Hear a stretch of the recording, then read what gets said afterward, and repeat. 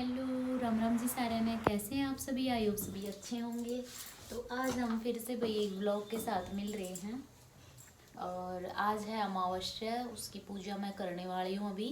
और पूजा के लिए खाना मैंने बना लिया है। आज बनाई है हमने खीर और पराठे। और अब बस एक लास्ट रोटी बनानी रही है। वो बनाने के बाद मैं करूँगी अमावस्या की पूजा। और भाई जिस तरह पूजा मैं कर रही हूँ वो आप सभी देखना। इसी तरीके से भाई कौन कौन पूजा करता है तो मेरा ही नंबर पड़ जाता है पूजा करने का। क्योंकि भाई वो तो ड्यूटी चले जाते हैं और वो सुबह 7 बजे चले जाते हैं, तो इतनी जल्दी भाई खाना ना बन पावे। क्योंकि खीर में टाइम लग जाता है, रोटी बनाने में तो टाइम नहीं लगता। लेकिन आप सभी को भी पता है भाई खीर में तो टाइम लग ही जावा है।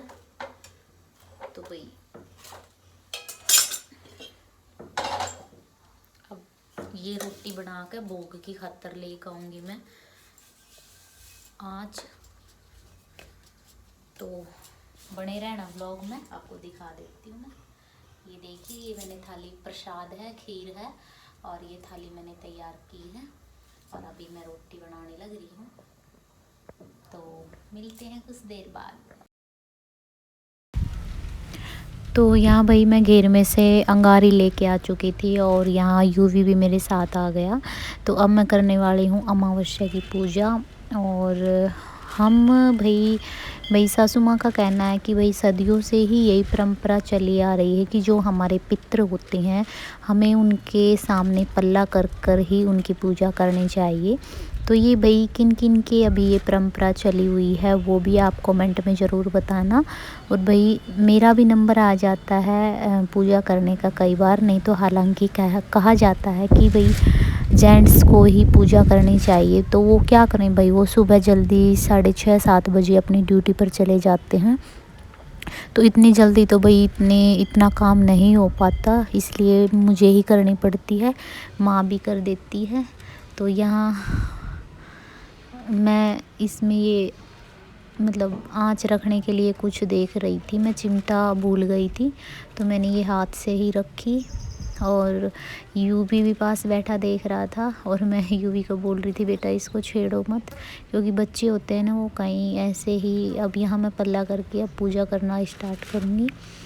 तो भाई जब हम अपने पितरों की पूजा करते हैं तो मन शांति से सुकून से पूजा करते हैं, एकदम से मन बिल्कुल हल्का हो जाता है। और भाई हम अपने बड़ों से भी आशीर्वाद लेते हुए यही बोलते हैं कि भाई कुछ गलती हो तो अपने बच्चे समझकर माफ़ करना।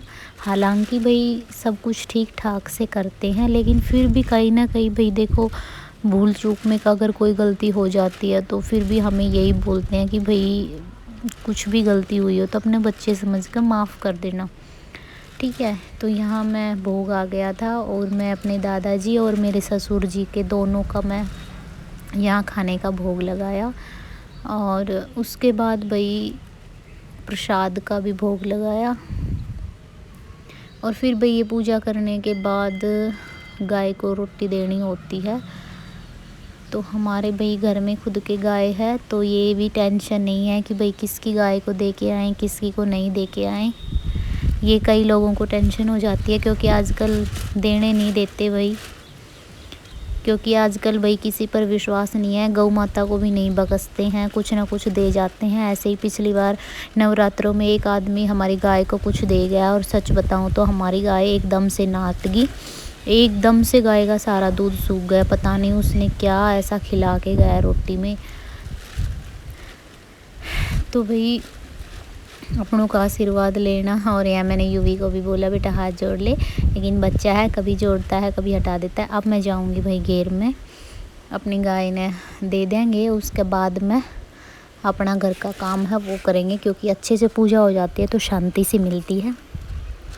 तो यहाँ आई भाई मैं गाय को रोटी देने के लिए। तो हमारी गाय भी उत्सुक हो रही थी रोटी खाने के लिए, तो मैंने रोटी पर ही खीर रखी और इसको खिला दी। उसके बाद मैंने इसके चरणों में पानी डाला। ये थोड़ी मारती है तो मुझे डर लग रहा था कहीं वही मार ना दे।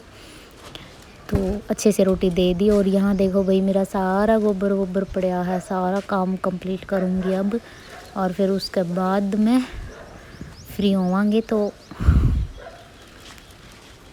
भाई मावस की जोत तो कर दी है, और अब जो घर का बाकी का काम है वो अभी करेंगे स्टार्ट। और अभी मैंने आपको दिखाया था गोबर गबर सब कुछ सारा काम पड़ा है, क्योंकि पूजा सही टाइम पर हो जाए। मावस की सुबह 9 साढ़े 9 बजे तक हो जानी चाहिए, बड़ों का कहना यही है। तो फटाफट वो काम तो मैंने कर दिया। बच्चे भी अपना खाना खा लेंगे। आ जाओ भाई, सारा ने खीर का इनविटेशन है आपने सभी ने, खीर खा लो भाई। बढ़िया अपने घर के चावल हैं और अपनी गाय का दूध है, बढ़िया टेस्टी माँ ने खीर बना रखी है।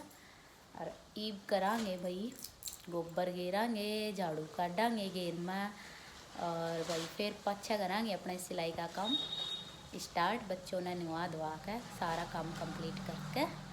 तो आज का यही था कि भाई सालों से चली परंपरा अभी तक कौन निभा रहा है, जो जिस तरीके से मैंने पूजा की है वो कौन कौन करते हैं अभी तक, कमेंट में ज़रूर बताइए भाई। हम तो ऐसे ही करते हैं।